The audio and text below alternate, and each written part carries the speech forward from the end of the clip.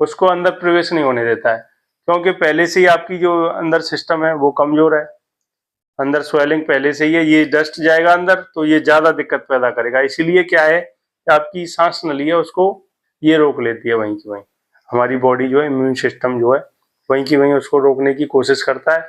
उससे हमें क्या लगता है कि ये हमें तो दिक्कत बढ़ गई है, अब इसको किस तरीके से ठीक किया जाए। इनहेलर लिया जाता है या फिर हमें कुछ दवाइयां दी जाती हैं।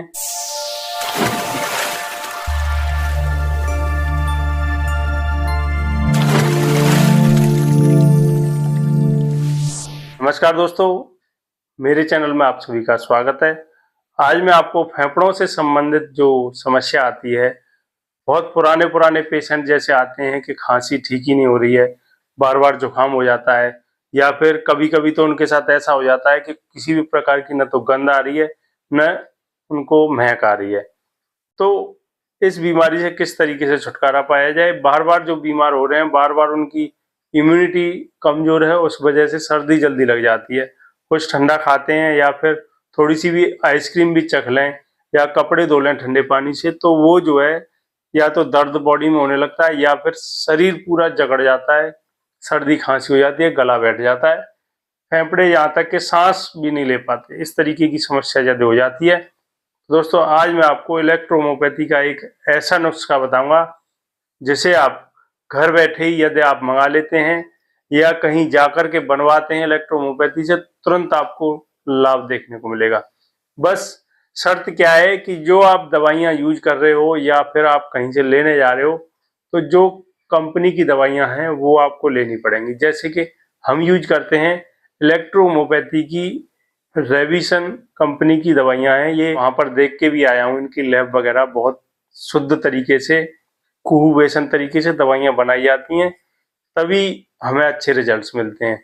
मैं देखने गया था यही सोच करके कि इतने अच्छे रिजल्ट्स आ रहे हैं, तो ये दवाइयां कैसे बनती हैं, कहाँ बनती हैं। तो मैं गया, वहां देख के आया, सारी चीजें बिल्कुल स्पष्ट उन्होंने दिखाई। ये नहीं कि कहीं जाओ तो बहुत से लोग बोलते हैं कि जी हम दिखा नहीं पाएंगे, कैसे दवाइयां बनती हैं क्या है। इन्होंने स्पष्ट दिखाया, सारी चीजें सामने दिखाई। ये देखिए, सारी दवाइयां हमारी इस तरीके से बनती हैं, पैक होती हैं। तो दोस्तों, ये जो आज का हमारा नुस्खा है इलेक्ट्रोहोम्योपैथी का, क्या नुस्खा है, किस तरीके से बनाया जाता है, ये आपको बताएंगे।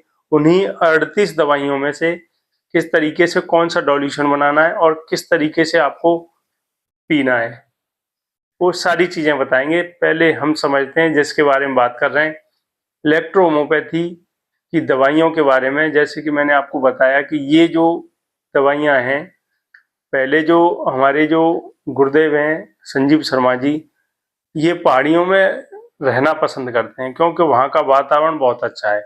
वहाँ पर जो जड़ी बूटियां हैं वहाँ स्वयं उगती हैं, उगाया नहीं जाता, वहाँ स्वयं उगती हैं और नेचुरल तरीके से वो जो है, सूर्य की किरणें हुई या चंद्रमा की किरणें हुई, लाखों तारे हैं, छोटी छोटी जो रोशनी सी दिखाई देती हैं, वो सब की किरणें जब उस प्लांट पर पड़ती हैं, प्लांट क्या है कि वो फिर जो बिजली का नाम दिया है ना इनमें, हमारी दवाइयों में, तो वो सारी एनर्जी जो है प्लांट में आती है।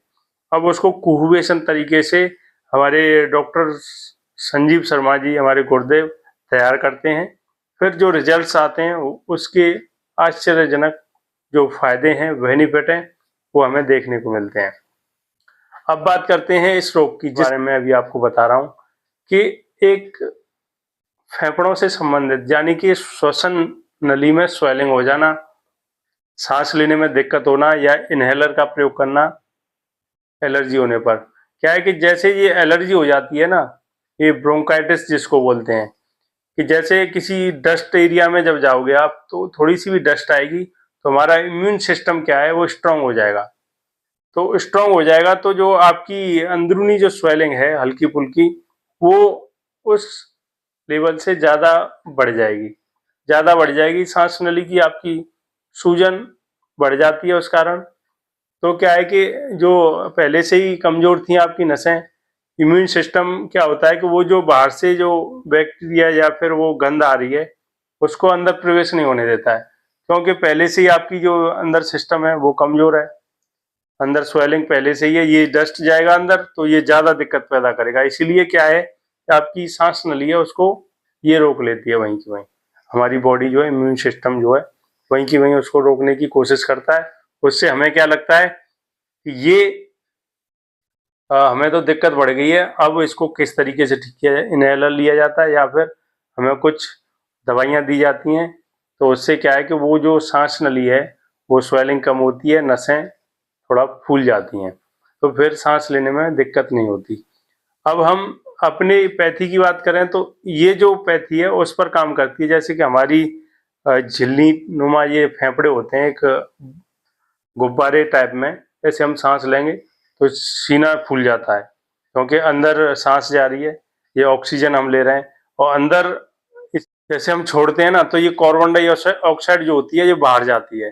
तो इसी तरीके से हमारी जो सांसें हैं बाहर कार्बन डाइऑक्साइड ये छोड़ता है। तो उसको जो अंदर स्वेलिंग है हमारी उसको ठीक करने के लिए हमारा जो नुस्खा है आज मैं आपको बताने जा रहा हूँ। उसको यदि आप पहले दिन से ही अपने जीभ पर डालोगे तो उसी समय आपको लाभ देखने को मिलेगा। उसी तरीके का मेरे पास एक पेशेंट आया था जिसको मैंने सिर्फ 15 ड्रॉप बना करके दी, उसको वहीं बैठे बैठे आराम मिल गया, जबकि उसको खांसते खांसते पूरा 5 से 10 मिनट हो गए। मैंने तुरंत दवा बना करके उसको डोल्यूशन में D4 में बना के दी और तुरंत डाली, तुरंत उसको आराम मिल गया। तो एक चीज का नुस्खा जानने से पहले एक चीज का विशेष ध्यान देना होता है, जैसे कि हम किसी सर्दी के प्रभाव में आ जाते हैं या वायरल के कारण हो या कोई ठंडी चीज खाने के कारण हो या फिर और भी समस्याएं होती हैं कि जैसे इम्यूनिटी वीक है तो अगर पैदल भी कहीं चल रहे हैं तो उस कारण से भी हो जाता है। तो तुरंत यदि हमें सर्दी हो जाती है तो पहले ठंडी चीजें खाना छोड़ना चाहिए और ठंडे काम करना छोड़ना चाहिए, जैसे कि कपड़े धो रहे हो तो वो छोड़ देना चाहिए और आइसक्रीम जैसे खा रहे हो तो वो ठंडी चीज़ें पी रहे हो, पानी वगैरह ठंडा पी रहे हो या लस्सी पी रहे हो ठंडी, तो ये चीज़ें छोड़ देनी चाहिए। अब होता क्या है कि बहुत से घबरा जाते हैं कि नाक बंद हो गई, स्मेल भी नहीं आ रही है, ना गंध आ रही है, ना कोई चीज़ खा भी रहे हो उसका भी टेस्ट नहीं आता है। ये रोग इस तरीके से आगे बढ़ जाता है। इसको यदि बड़े डॉक्टरों के पास जाओगे तो इसको कोरोना का नाम दे देते हैं। पहले भी ये कोरोना होता था गांव में। यदि आप पुराने हमारे दादा या नाना से पूछोगे तो कोरोना क्या होता था कि ये पुराने जमाने में जब जुकाम हो जाता था तगड़ा वाला तो उसमें क्या था कि नाक बंद हो जाती थी और जब हम खाना खाते थे तो उसका टेस्ट भी बेकार लगता था, बुखार भी आ जाता था साथ में। तो हमें काढ़े वाड़े दे करके जैसे कि ग्लो या सुगंधा वगैरह ऐसे इनके काढ़े, तुलसी हो गई, तुलसी, इलायची, लौंग, पीपर, इस तरीके से काढ़े बनाए जाते थे, वो पिलाए जाते थे, उन्हीं से ठीक हो जाते थे। लेकिन आज के युग में क्या है कि ये हमारी नई पैथी आई हुई है इलेक्ट्रोहोम्योपैथी। इसमें जो हमारे गुरुदेव हैं ये बहुत ही अच्छे तरीके से कुवेशन तरीके से मेडिसिन तैयार करते हैं। उसका एक नुस्खा तैयार किया है, किसी को कोई काढ़े बनाने की जरूरत नहीं है, बस आपको डिस्टिल्ड वाटर या सादा पानी में मिक्स करना है और बस पिला दो, तुरंत लाभ देखने को मिलेगा। करके दिया हमने जो इलेक्ट्रोहोम्योपैथी का नुस्खा बना करके दिया उस पेशेंट को, P1, C1, C13, WE और GE ये सारी हमने D4 में बना करके उस पेशेंट को दी और जैसे ही उसकी जीभ पर हमने डायरेक्ट डाली तो तुरंत खांसी बंद हो गई। वो उसने बोला अरे यहाँ से तो बलगम जो है ऐसे पिघल रहा है जैसे कि कोई पावड़े से खींच रहा हो उसको, इस तरीके से बलगम वो निकलने लगा। और दूसरे दिन उसकी कॉल आई कि जी बहुत बहुत धन्यवाद आपका, बहुत पैसे भी खर्च हो गए फिर भी हमें कोई आराम नहीं मिल रहा था, आपने तो ना तुच्छ पैसे में हमें ठीक कर दिया। तो दोस्तों इस तरीके से रिजल्ट्स हैं इलेक्ट्रोहोम्योपैथी के। तो दोस्तों इसी के साथ मैं अपनी वीडियो को यहीं विराम देता हूँ। आशा करता हूँ कि मेरे द्वारा दी गई जानकारी आपको अच्छी लगी होगी। यदि आपको अच्छी लगी है तो मेरे चैनल को सब्सक्राइब करें, लाइक करें और शेयर करें। तो सभी साथों को बोलेंगे जय श्री श्याम, ओम नमः शिवाय।